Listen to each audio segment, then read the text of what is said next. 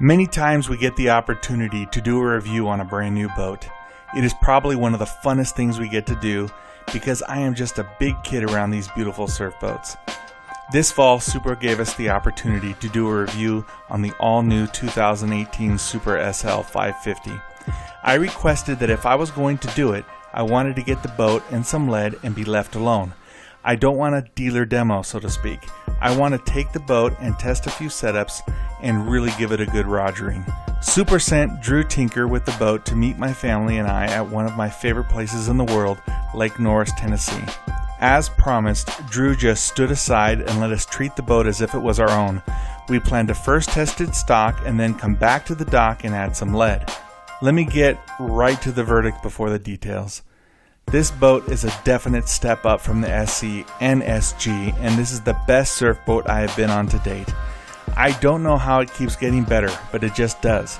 This boat is engineered by Supra to be a better surf boat, and they nailed it.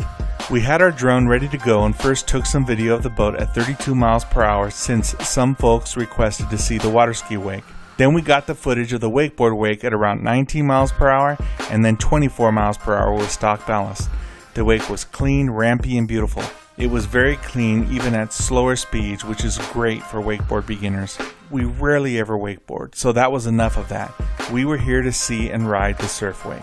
I have to be honest, I normally do the stock test because it is a good benchmark. I really don't care much usually about the stock wake. I just want to see it with the setup I would use day to day, which is usually 1,500 to 2,000 pounds over stock on most boats. I love a big meaty wake, and also my weight of 400 pounds requires a lot of power. But to compare apples to apples, I like to get a stock test on every boat we review. With the stock ballast full, it was clear this boat was a definite step up over the SG and the SE stock, a big step up. I have been doing this for so many years. When I watch people surf, I can tell when they ride and how they react, if the boat has good push, a good transition, etc. And that is even more true with my own family and our own boards. I was getting excited. The kids loved the wake. It had tons of power, and Thomas said the lip was even better than the SG or the SE. The lip was more defined and definitely had more pop, and the board released better when doing his airs. Jessie loves a great transition and doesn't like the wake too big, so she loves the adjustability of the Supra, allowing me to bring the wake down a bit using the smart plate on the surf system. Then my lovely wife, Amy, went. Amy is nowhere near my size, but she is no spring chicken either and requires some good power for her to really enjoy herself. Amy is not one of those surfers that goes out just because we all do it. She loves to surf. She will surf in 65-degree water, and she thinks anything below 80 is cold. She got behind the stock wake and she loved it. Tons of power, super smooth and super fun. She liked it so much that she told me right away that she would ride this boat without any extra weight and be fine. Honestly, she wouldn't shut up about it. That brings up one of the major upgrades with the SL for 2018. It has 3,500 pounds of stock ballast, which is a strong number, but it is all hidden under the floor. This boat has tons of storage and huge lockers, and all of that 3,500 pounds is beneath that, yet the boat doesn't look like a fat pig. Supra did a great job with this design. Amy was dying to keep all the storage and didn't want me shoving sacks everywhere, which I normally do, and she was sure I was going to do. I promised her that I would give the boat a good ride and really give it a good chance to please me. Stop. I am somewhat ashamed to say this, but I pretty much lied.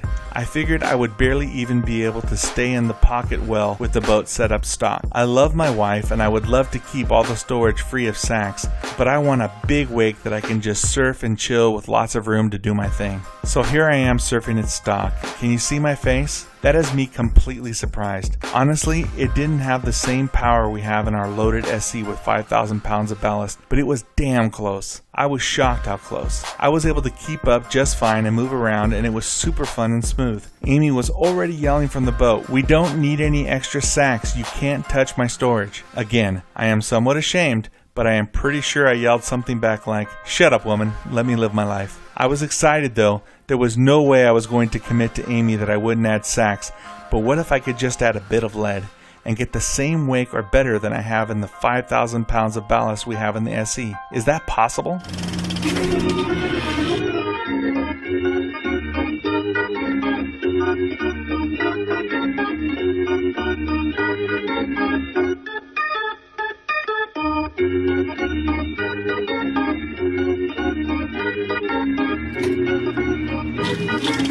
I was dying to find out. So we hooked it all the way back to the dock to get the lead we bought, 600 pounds. We had left it in the truck so that we could have a true stock ballast test. So we got the lead where we wanted it and we surfed. After some adjustment, it didn't want the lead in the back. We only added 100 pounds in each rear locker, 200 on each side midship, and nothing in the bow. Amy was still super excited, as was I. This lead took up almost zero space in this massive boat. Could we all surf and love this wave as our daily wave with only a bit of lead and keep all the storage? That is a tall order because the wake on our SE is amazing. Well, we surfed, and I can speak for my entire family when I say this. The 2018 Supra SL with stock ballast and only 600 pounds of additional lead has a better wake by almost every benchmark than any other boat we have surfed, and even over our 2017 Supra SE with 5,000 pounds of ballast. So what exactly made the surf wake better? The best way to answer this is from the perspective of each of us as a family, since we are such a diverse group of riders. The wave was super clean on both sides, even on the top of the wave, which made transfer super fun and easy. I like to ride both sides and they were pretty much symmetrical. The lip was really easy to find. I got more pop than normal right away. I could get huge airs even without using the cheater wax. The transition was silky smooth and the push was outstanding from the front all the way to the back of the wave. I could even catch up from way past the whitewash. I like to go really fast, sometimes up to 13 miles per hour for some serious boost. The wave was still perfect and had no problems keeping up from the way back. I love how clean the wake is on the goofy side. It is as clean as the regular side. I can do everything I did before, but it's even smoother. When I get close to the boat to try my 360s, it isn't scary anymore. The SE has so much power, it wants to pull you onto the swim deck. The SL doesn't do that, and I still have lots of power in the back and don't fall out. Dad could adjust the wake so that it wasn't so big for me most of the time, and sometimes I could make it bigger when I was feeling a little bit saucy. The wave on the SL was so clean and smooth, and I could just relax in the pocket without having to try to keep up, just like our SE. I think the wave was a little cleaner than our SE, but it had just as much power, or maybe a little more than our SE, which I love. The weird thing is that it had the same push in the back of the wave that I got from the SE, but when I got to the middle of the wave, the power was still smooth. Sometimes the SE had so much power it felt like it wanted to put me on the back of the swim deck. The SL had just as much power, but it was easier for me to control. I ride regular, and the wave was clean and powerful just like it was on the SE. It felt a bit longer, but the biggest thing I noticed is the consistent power of the wave. The SE has tons of power, and when you get to the middle front of the wave, you have to put the brakes on hard or you feel like you're going to pass up the boat. It is very strong.